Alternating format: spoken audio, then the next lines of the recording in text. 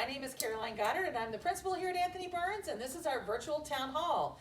This is our time to answer the questions that you submitted to us this summer. Let me introduce who's here with me. On my right, we have our wonderful nurse. Her name is Patty McClelland, and she is joining us this year with lots of nursing experience, and I know you're all going to love her when you get to meet her. And on my left is Mrs. Lee, our assistant principal, and she is going to be here to help me answer questions today.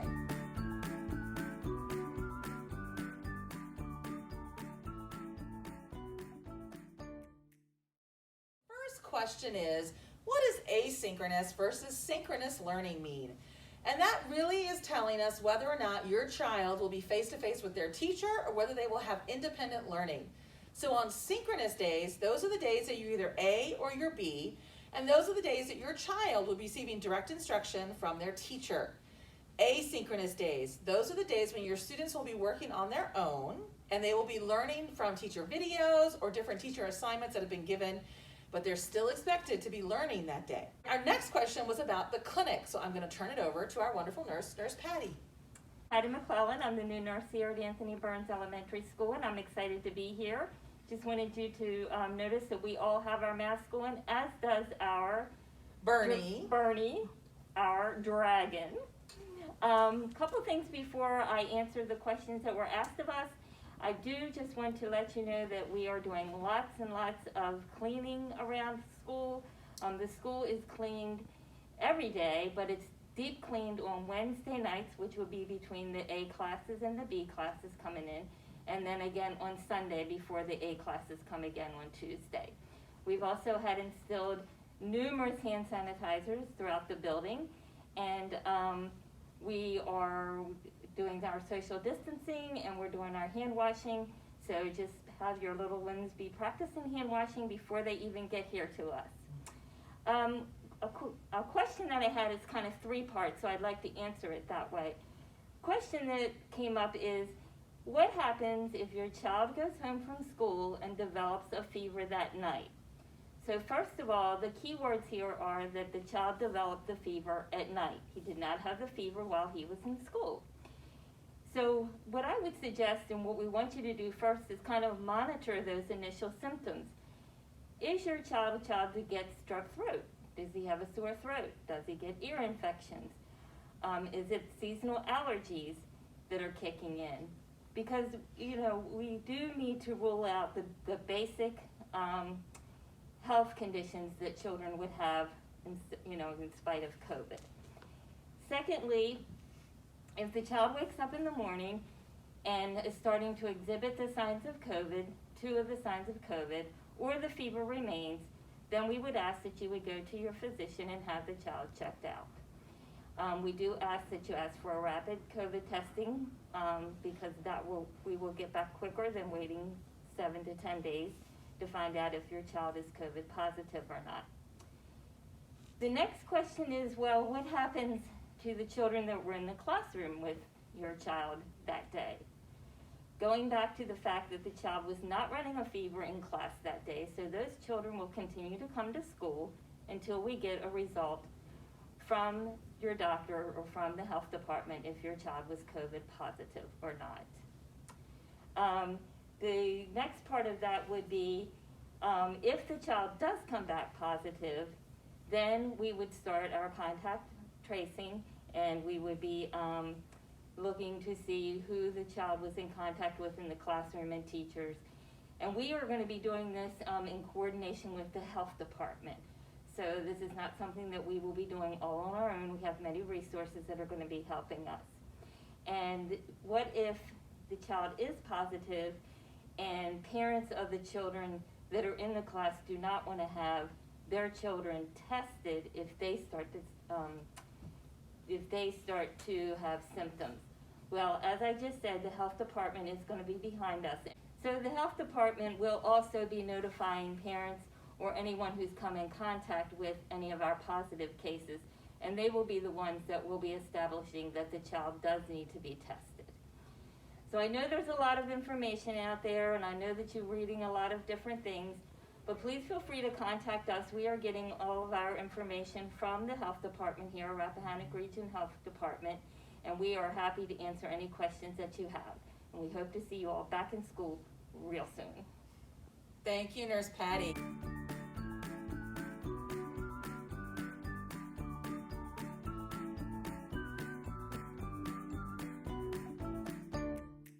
What's the day going to look like for your child on their synchronous days? That's the day when your child is with their teacher. Our instructional day is from 9 a.m. to 2 p.m. So we need your child available to us between 9 a.m. and 2 p.m. There'll be 90 minutes of language arts each day, 70 minutes of math each day, 30 minutes of science and/or social studies, and 30 minutes of encore. Encore is art, music, library, PE, okay? And this year, guidance will be included in encore. So during those 90 minutes for language arts, for example, some teachers may have your child on the computer with them for an hour and 30 minutes of small group work separately. They may have them on the computer for a half an hour and then small group activities. So it may not be 100% on the computer, but your child needs to be available to us during that 9 to 2 time frames on those synchronous days. I know that's a lot of information, and I will be sending out in your Tuesday newsletter, and keep in mind we do Take-Home Tuesdays here at Anthony Burns. So look in your folder or look in your email for my newsletter on Tuesday night. Tuesdays you will get information which actually lays out exactly what that schedule looks like, and you'll be hearing more information from your child's teacher about what that day-to-day will look like. Of course that changes depending upon what grade level your child is and depending upon what each teacher is doing as far as their instruction in their lesson.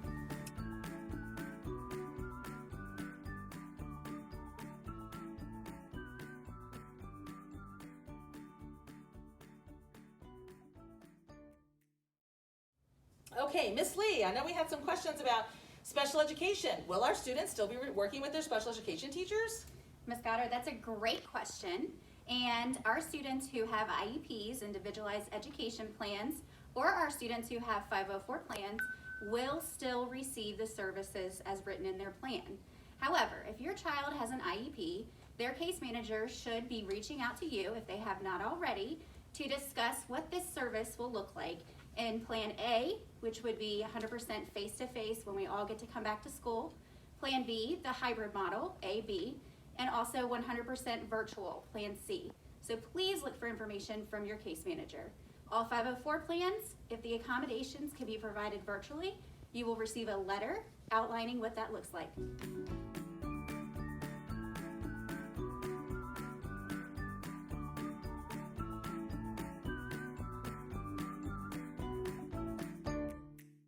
Now also, just to let our gifted students know, our students in the Focus program, you will also be getting your support from Ms. Bradshaw as well. She will be in contact with that. But those Focus students will still be receiving their 45 minutes every week of direct instruction from Ms. Bradshaw, and more information is coming. And the same thing is true for our students who are English as a second language. They will also still be receiving their extra support from their English language learner teachers as well.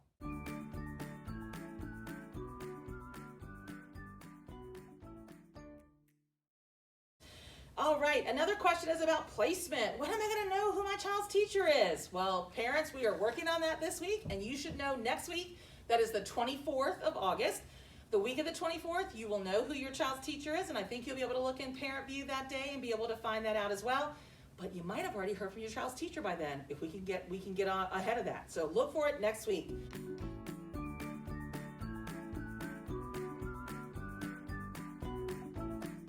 Do I still need to buy my school supplies? Yes, Mom and Dad, we need you to buy those school supplies. We need pencils. The students are going to need paper. They're going to need glue sticks, because remember, they're still having art.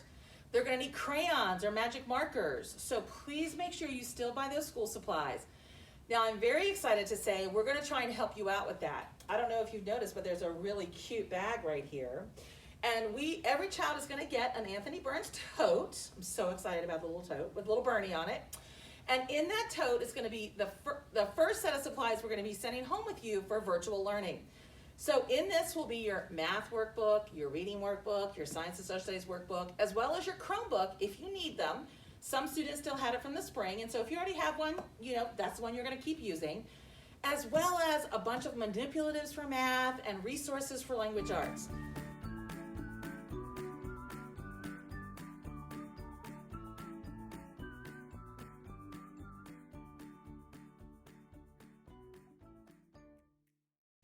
When are we getting these?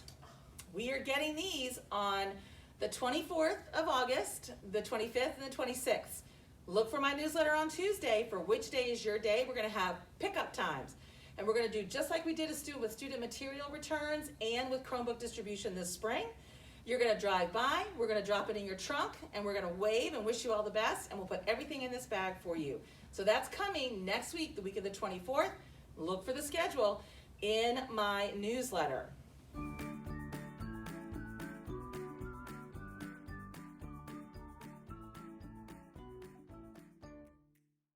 Okay, Miss Lee, you had another update about kindergarten registration. Yes, absolutely. So I wanted to remind our families that if you have a child who is kindergarten age, or if you know anybody who has a child that is kindergarten age that is to go to Anthony Burns, please make sure that you reach out and that you fill out the registration forms online and set up an appointment with our registrar. We can't wait to welcome our new dragons. All right, Dragon families, I know that was a lot of information, but our door is always open. Give us a call at 658-6800.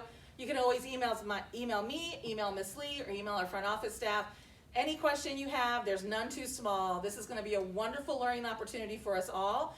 It's going to be different, but together we can make it happen. But we depend upon you, Mom and Dad, to be our partner, to stay in good communication with us. So make sure you update that parent view. Make sure those phone numbers and emails are up to date so we know how to get a hold of you as well.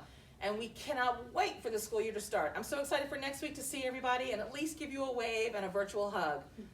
Miss Lee, any final thoughts? We cannot wait for you all to start back, whether it's virtually or one day coming back into the school. But please, please, please enjoy the rest of your time this summer, and we will see you soon. All right, see you in a week, Dragons. Take care.